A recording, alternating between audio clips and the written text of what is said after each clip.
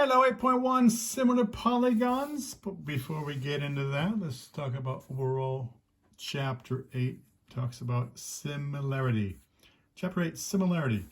So there's 4 sections in here.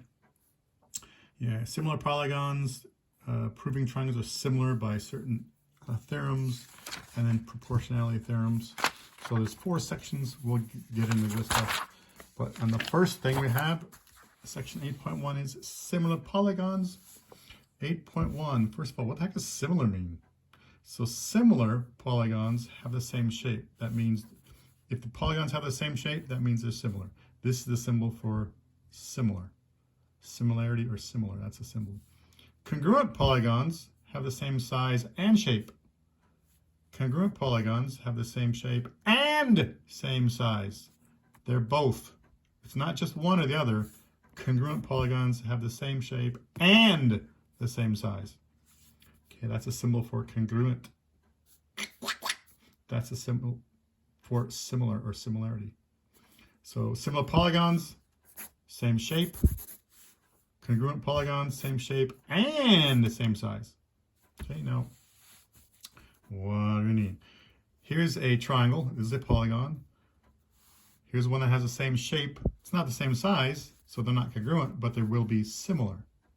Okay, here again, polygons. They're the same shape. They're not the same size, but they're going to be similar. Since they're the same shape, they're going to be similar. Okay, these triangles are similar. From here to here, it's decreasing in size. From here to here, it's increasing in size. This polygon is a quadrilateral. Over here, it's not the same shape. It's not the same shape, so it's not similar. It's not the same shape, and not who cares about the size. It's not the same shape, so we know it's not similar. If it's not the same shape, you can cross out both of those. It won't be either. It has to be the same shape. It's not the same shape, which means it's not similar. Okay. There's some stuff you want to put in your notebooks. Actually, let's do this first. This is on the page 419.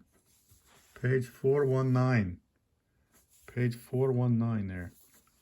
If 2 polygons are similar, then the ratio of any 2 corresponding lengths in the polygons is equal to the scale factor of these similar polygons.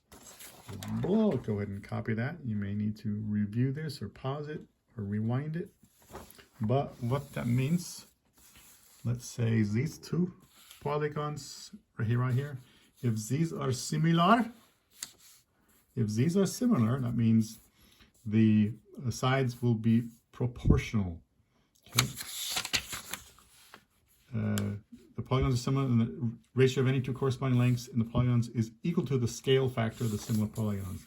Scaled by, let's say, in this polygon, let me say that's going to be 6.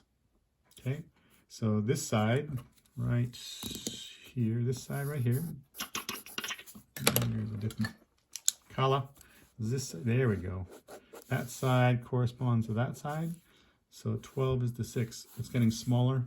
So this ratio, it's 12 is, that's 12 or 6 is a number bigger than 1, which means it increases. That's not what we want. It's decreasing, so we want that.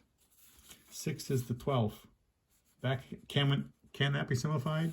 Absolutely, to 1/2. So the ratio is 1/2. So if the scale factor is 1/2, this number is smaller than 1, which means from here to here it's getting smaller. 6 times 1/2 would be 3. This length would be 3 units in length, and 14 times 1/2 is 7. That would be 7 units in length. From this one to this one, let's say that's 3 units. Okay, from here to here, this side matches up with this side. This side corresponds to that side. I don't like the way this book in geometry overall says corresponding, and it means a lot of different things in geometry. So I'm going to say this side matches up with that side. The ratio is 2 3, and it's getting larger. So our scale factor 2 to 3 would be number smaller than 1. We want it bigger than 1. So it's 3 to 2. It's getting bigger. From this diagram to this diagram, it's getting bigger.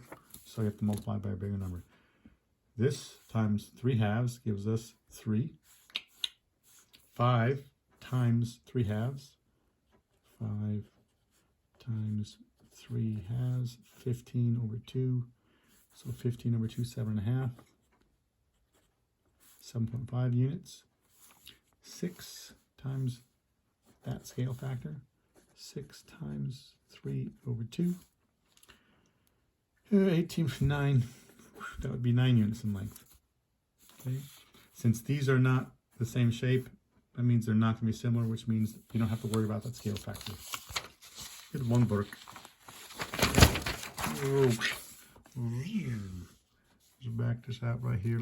Little farther. Here we go. Little farther. Not a little mudder, but a little farther. Okay. Copies this down. Length, area, volume.